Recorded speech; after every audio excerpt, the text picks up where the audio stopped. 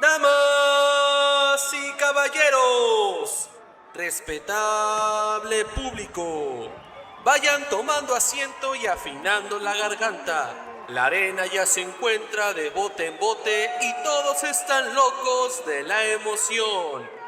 En esta esquina, pesando los kilos de la historia, la emoción, el drama y la leyenda.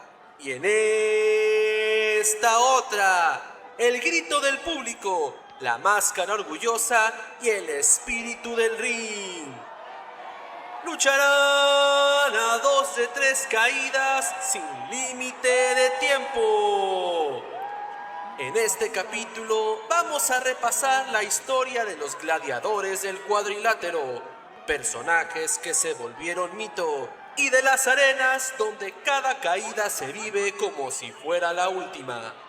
Todos ellos se lanzan desde la tercera cuerda para este gran espectáculo, que es una de las grandes tradiciones del pueblo mexicano.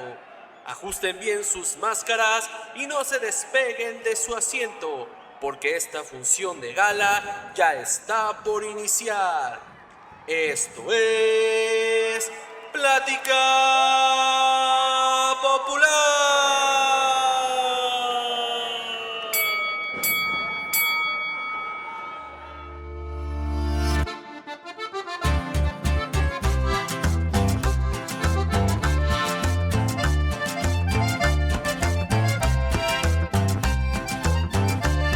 Bienvenidos a Plática Popular, una plática entre cuates sobre lo que el arte y el pueblo tienen que decir. Este podcast es una creación de Zafra Studio y quien te acompaña al micrófono es Alex, ilustrador, artesano, apasionado del arte popular y sobre todo amante de la buena plática. Aquí te vamos a contar acerca del arte y la cultura popular y de todo aquello que nos hace comunidad, desde lo cotidiano hasta lo simbólico, desde nuestro taller hasta el barrio. Así que ya sabes, prepárate un cafecito y vente a esta plática sabrosa, donde el arte popular se cuenta como en el barrio, entre cuates.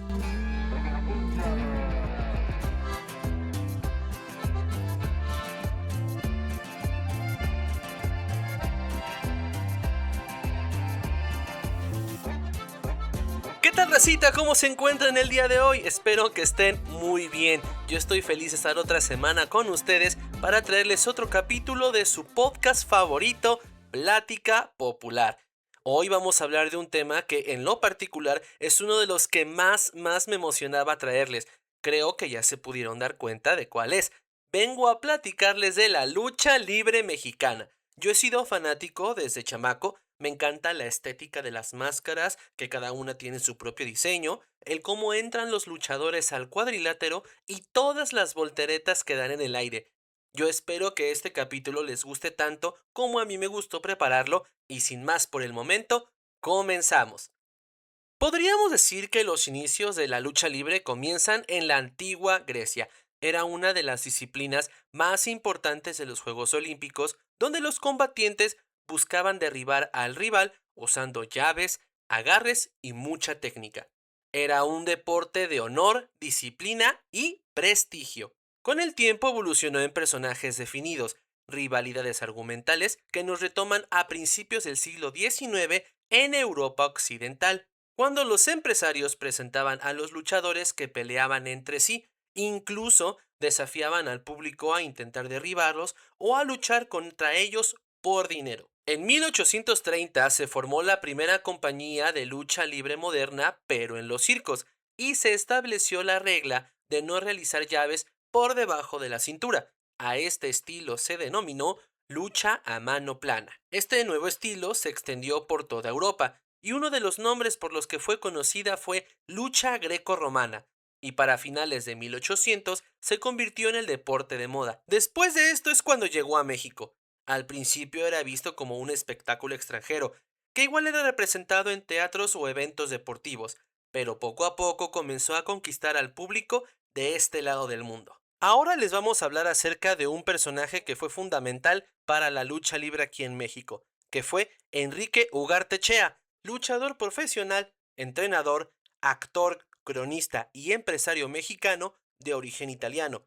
Es considerado el creador del estilo clásico de lucha libre mexicana y el primero en ser profesional en el país. En 1905 fundó la Escuela de Cultura Física, el primer gimnasio para luchadores profesionales, y unos cuantos años después, en 1917, participó en el filme Peplum, que es cine histórico de aventuras, Maciste Turista, siendo el primer luchador profesional en participar en una película de ficción. Pero el gran impulso para la industria llegó con el empresario mexicano Salvador Luterot, nacido en 1897 y fallecido en 1987, considerado como el padre de la lucha libre mexicana. Él decidió organizar funciones de lucha de manera más formal y constante después de trabajar en la frontera y decidir traer este tipo de entretenimiento a la capital del país. Con pasión y visión por el espectáculo, fundó la empresa que era conocida como la Empresa Mexicana de Lucha Libre, o EMLL, y más tarde se convertiría en el Consejo Mundial de Lucha Libre, que actualmente conocemos como la CMLL. A partir de este momento, las luchas se comenzaron a transformar en algo muy mexicano. Se mezcló con el teatro popular, con el humor de barrio, con el gusto por los personajes y una tradición que los mexicanos nos encanta presumir. Si la lucha libre fuera una religión, las arenas serían sus templos. Aquí es donde ocurre todo, porque desde antes de que empiece la función, el ambiente ya se está sintiendo. Por un lado tenemos a los vendedores de máscaras o camisetas pregonando sus productos, las botanas como papitas y refresco, un montón de chamacos emocionados por ver a su luchador favorito, un ambiente muy de barrio, muy familiar y muy mexicano. Es como un deleite para los sentidos, el oído con el estruendo de las cachetadas en el pecho y el grito de rudo, rudo, y los vendedores entre las gradas, el gusto con los clásicos antojitos antes de entrar, las chelas frías en vasos de cartón, la vista con el brillo de las lentejuelas en las capas y las máscaras, y en el juego de luces cuando los luchadores entran en el escenario. Y cerramos con el olfato con las palomitas para disfrutar y el clásico olor de barrio. Cuando finalmente se apagan las luces y suena la campana, el ring se vuelve el escenario principal y el público ya es parte del espectáculo, porque sabemos perfectamente que el aficionado no es un simple espectador porque ocurre una catarsis. En la arena está permitido que grites lo que no puedes sacar en la oficina o en la casa. Es el lugar donde descargas todo el estrés. Entre todas las arenas que hicieron historia en la lucha libre, hay una que destaca, la legendaria Arena México, inaugurada en 1956, ubicada en la popular colonia Doctores en la Ciudad de México y que actualmente es la sede del Consejo Mundial de Lucha Libre. Este recinto se convirtió rápidamente en el alma del espectáculo luchístico del país, haciéndose con el apodo de la Catedral de la Lucha Libre. También valdría la pena mencionar a mi Pueblita Bella, la increíble y respetada Arena Puebla, ubicada en la zona centro del país, en el antiguo barrio del Carmen. Esta fue inaugurada en 1953 por el padre de la lucha libre, donde desde aquel entonces cada semana los aficionados se reúnen para disfrutar del show. Como un dato curioso, cuando fue la apertura del recinto tuvimos como la lucha estelar a figuras emblemáticas como el Santo y el Cavernícola Galindo. Pero también la magia puede ocurrir en las arenas de barrio, en los gimnasios improvisados y hasta en las ferias. Estos espacios más modernos son donde a veces se pueden encontrar a las futuras estrellas del ring. ¿Y ustedes, racita? ¿Cuándo fue la primera vez que fueron a las luchas? ¿Tienen algún recuerdo especial de ese día? A mí me encantaría escuchar sus historias aquí abajito en la sección de comentarios. Sin lugar a dudas, algo que hace único a la lucha libre es que los luchadores no son solamente atletas, son personajes emblemáticos. No se suben únicamente a demostrar fuerza o técnica. Cada luchador construye su propia historia. Un hombre poderoso, una actitud particular y hasta una manera de caminar hacia el ring forman parte de la historia que el público también vive. A diferencia de Batman o Superman, el luchador es un superhéroe de barrio. Convive con la gente directamente, firma autógrafos en el mercado y hasta pueden aparecer en películas y hasta pelear por causas sociales. Estos personajes se construyen visualmente para ser reconocidos desde la última fila de la arena. Cuando llevan máscaras, representan misterio y hasta un linaje que muchas veces se puede heredar de padre a hijo. También llevan con elegancia y majestuosidad unas vistosas capas y se rumorea que solo los más grandes pueden portar una. Y hasta en el nombre se puede evocar cierto poder, como el titán, elementos naturales como el rayo de Jalisco o hasta conceptos abstractos como la parca. El compromiso del luchador con su personaje es fundamental. Hasta en entrevistas o eventos no se puede romper con la ilusión. Es un pacto de respeto entre el artista y el público, que no se dice pero que está vigente. Se convierte en la leyenda que la gente necesita tener. A lo largo de la historia han existido personajes que se volvieron leyendas, como el Santo, el enmascarado de plata que trascendió del ring para convertirse en el héroe del pueblo, o Blue Demon, cuya máscara azul brillante se convirtió en uno de los símbolos más reconocidos en este ámbito. Estos luchadores demuestran algo importantísimo. En las luchas, el personaje puede llegar a ser tan poderoso que trasciende el deporte y se convierte en parte del imaginario popular. En cuanto se suben al ring, dejan de ser una persona común y se convierten en una leyenda. ¿Y saben qué me gustaría saber acerca de ustedes, raza? Si ustedes pudieran entrar a la lucha libre, ¿qué luchador serían? ¿Rudo o técnico? ¿Llevarían máscara? Y sobre todo, muy importante, ¿qué nombre tendrían? Descríbeme todo esto aquí abajo en los comentarios. Si hay un objeto que representa a la lucha libre mexicana en todo el mundo, sin dudas es la máscara. Más que un simple accesorio, es un símbolo profundo de identidad, misterio y tradición. En cuanto la máscara cubre el rostro de su portador, sucede una transmutación. Se deja atrás la vida cotidiana y nace el personaje. Se convierte en un héroe, un villano o hasta en leyenda. Para entender por qué nos obsesionan las máscaras, hay que mirar a nuestro pasado. Los guerreros águila y jaguar no simplemente se disfrazaban, se convertían en el animal para adquirir su fuerza. La lucha libre, digamos que tomó este mito y lo transformó en algo completamente nuevo. Cuando un hombre se pone la máscara, deja de ser Juan Pérez, se convierte en fuerza bruta. Es un ritual donde surge la leyenda. Cada una de las máscaras tiene su propio diseño, colores, formas, texturas y símbolos. Algunos pueden evocar guerreros, demonios, héroes o hasta criaturas.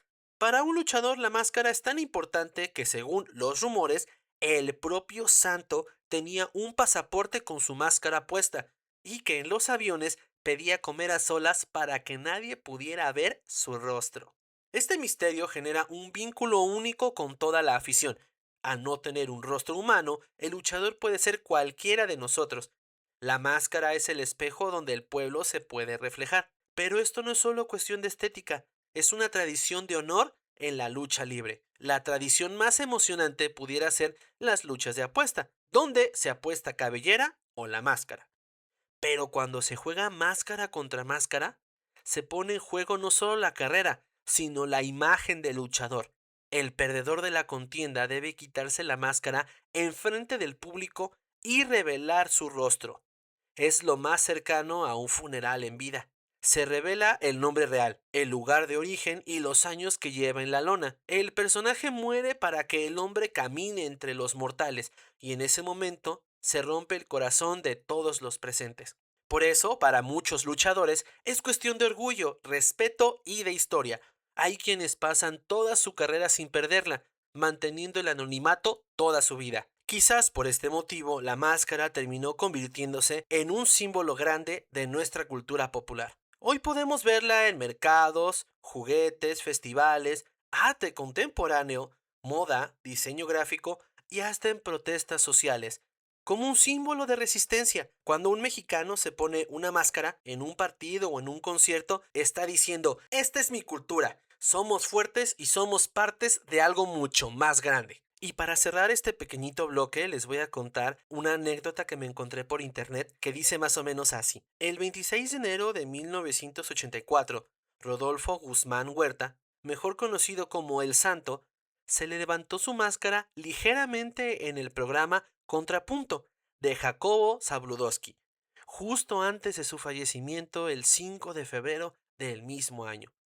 Digamos que esta fue la forma de despedirse, entregando su identidad al pueblo que tanto lo amó. Si algo distingue a la lucha libre mexicana es su estilo espectacular, lleno de emoción y movimientos que parecen desafiar la gravedad. No son solo golpes al aire, sino coreografía de alto riesgo y una física corporal impresionante. Una de las características que hace único al deporte es que combina la técnica del combate y la teatralidad del espectáculo. No solo se trata de derribar al adversario, es hacerlo con estilo. Por eso digamos que el ring no es solo una plataforma, es como un lienzo en blanco. A diferencia del estilo estadounidense, más de fuerza bruta, o al japonés, más de contacto real, el estilo mexa es agilidad y estética. Durante los primeros años de la lucha libre en el país, se desarrolló un estilo muy dinámico basado en llaves, contrallaves y movimientos acrobáticos. Un buen luchador que se respeta debe saber llevear, un arte que somete al rival con palancas y nudos humanos. Llaves que han sido muy populares y son la base de todo, es representada por los expertos de la arena, y han sido algunas muy populares como la de a caballo, creada por Salvador Gori Guerrero, e inmortalizada por el Santo. La tapatía, donde se levanta al rival con las piernas y se jala de los brazos.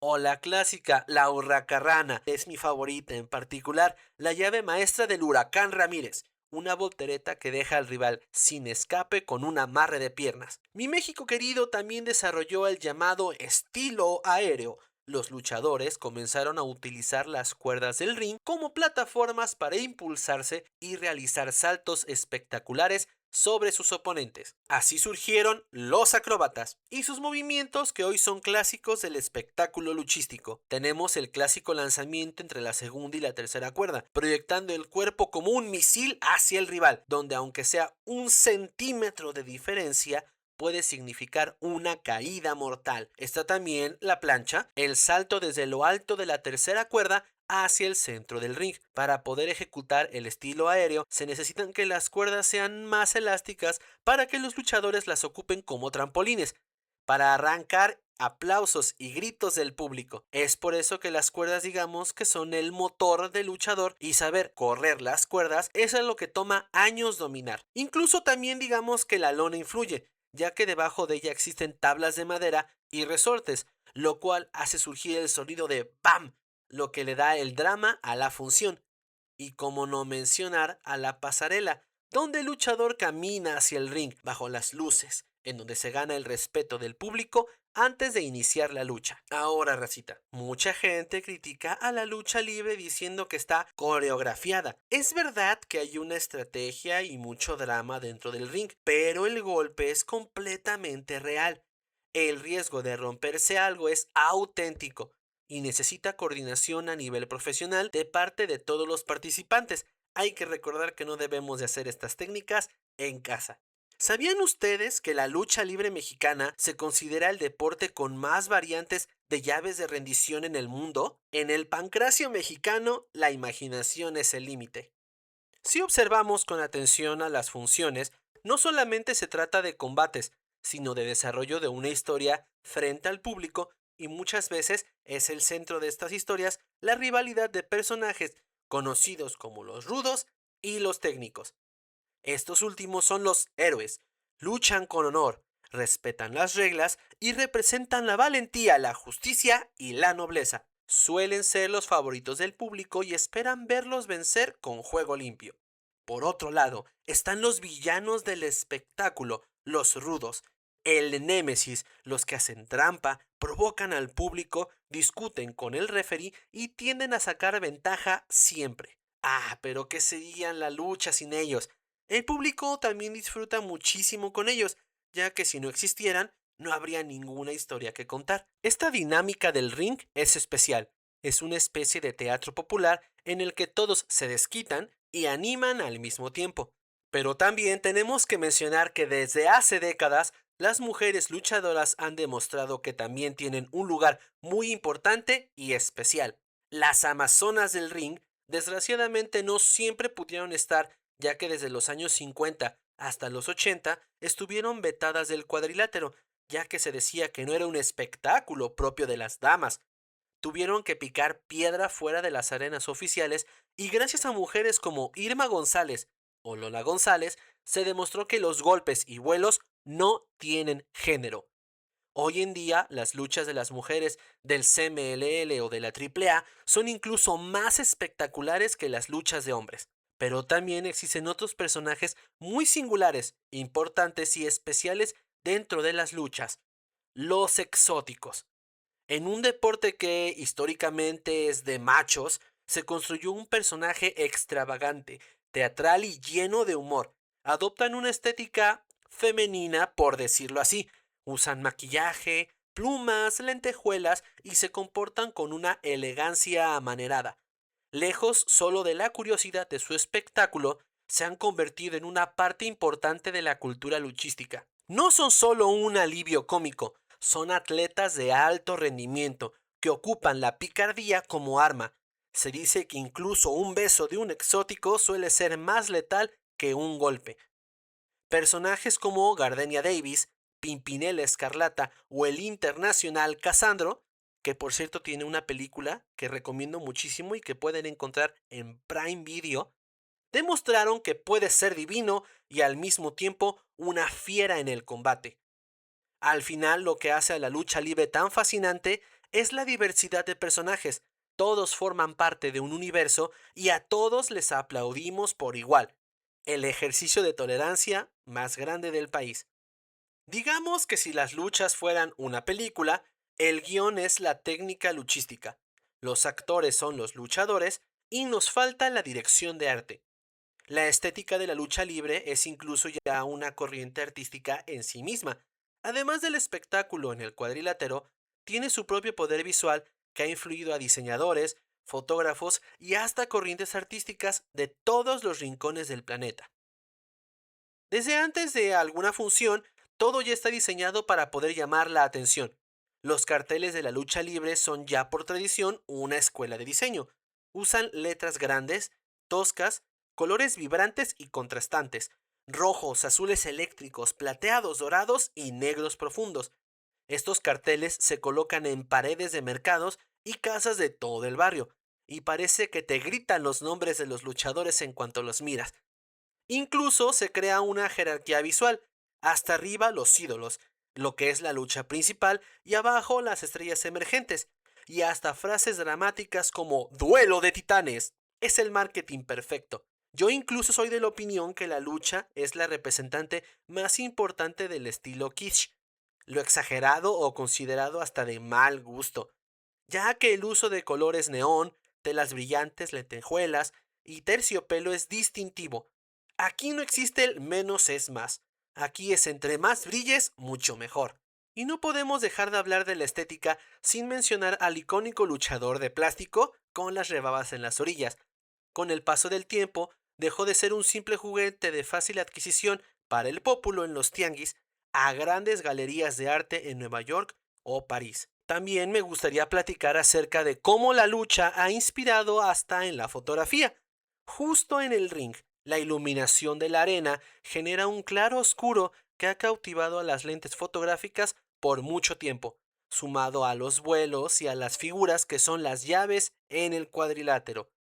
Fotógrafas como Lourdes Grobet llegaron inclusive a retratar a la lucha más allá del cuadrilátero.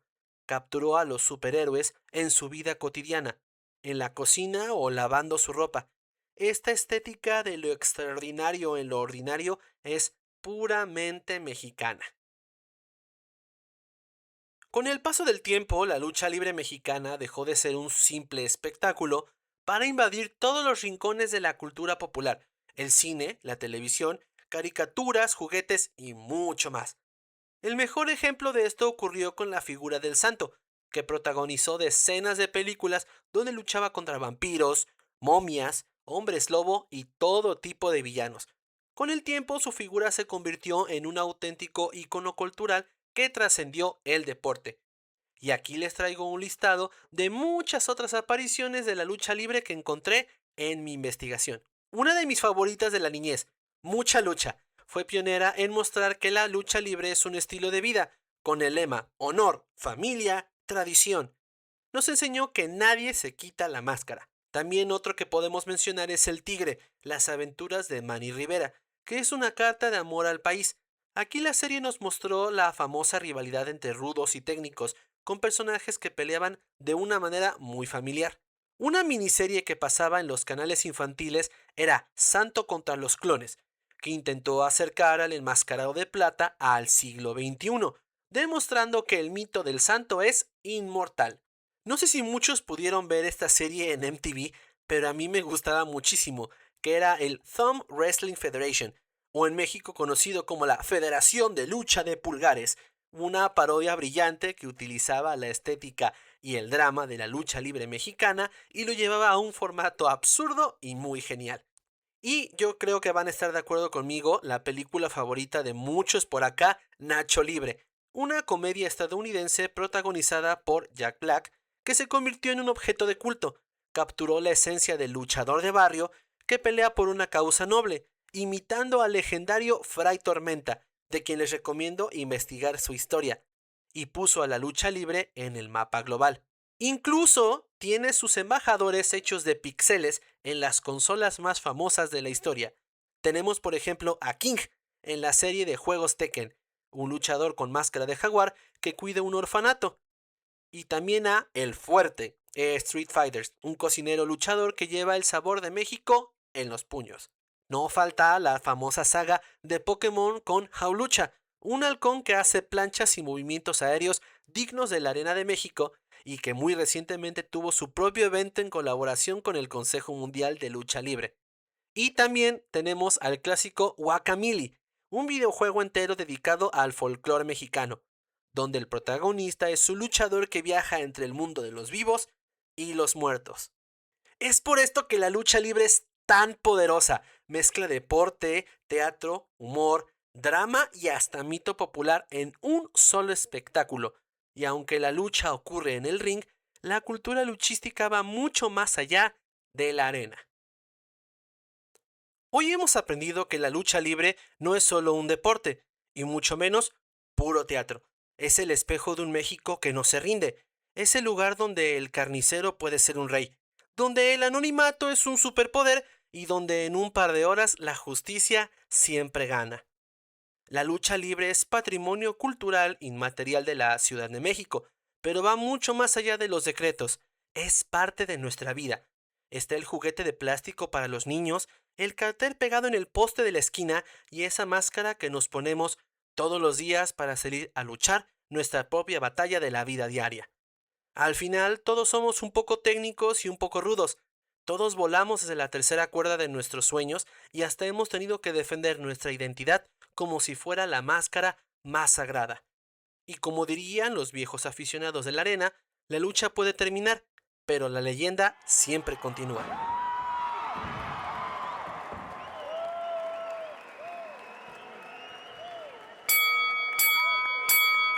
Y así, querida racita luchadora, hemos llegado al final de esta espectacular contienda. Nuestros héroes ya se retiraron a sus camerinos y nosotros, llenos por la comida y afónicos por no dejar de gritar, caminamos directo a la salida expectantes por el siguiente enfrentamiento. Muchísimas gracias por sintonizar su podcast favorito, Plática Popular. Espero que les haya gustado muchísimo este capítulo, porque yo disfruté enormemente hacerlo para ustedes. No se olviden de suscribirse picándole el botoncito de acá abajo y de activar las notificaciones para que se les avise cada vez que subimos un capítulo. Denle like, comenten más de 3 palabras para que nos hagan más caso y no se olviden de compartir con todos sus conocidos y a la racita que crean que les va a gustar mucho. Aquí abajito les dejo las redes sociales de Zafre Studio para que no se pierdan los proyectos que vamos a tener y le echen un ojo a los que ya tenemos. También nos pueden encontrar en Spotify, pueden buscarnos como Plática Popular y también ver qué tal están los otros capítulos que hemos subido. Muchas gracias por todo su apoyo, racita, y nos estamos viendo en la siguiente. ¿Qué? ¿Cómo que ya se fueron todos? ¡Ah, ya están apagando las luces! ¡Corre, producción! ¡Vámonos! Aquí espantan. Te dije que nos saliéramos temprano. No puede ser que tengas tanta responsabilidad.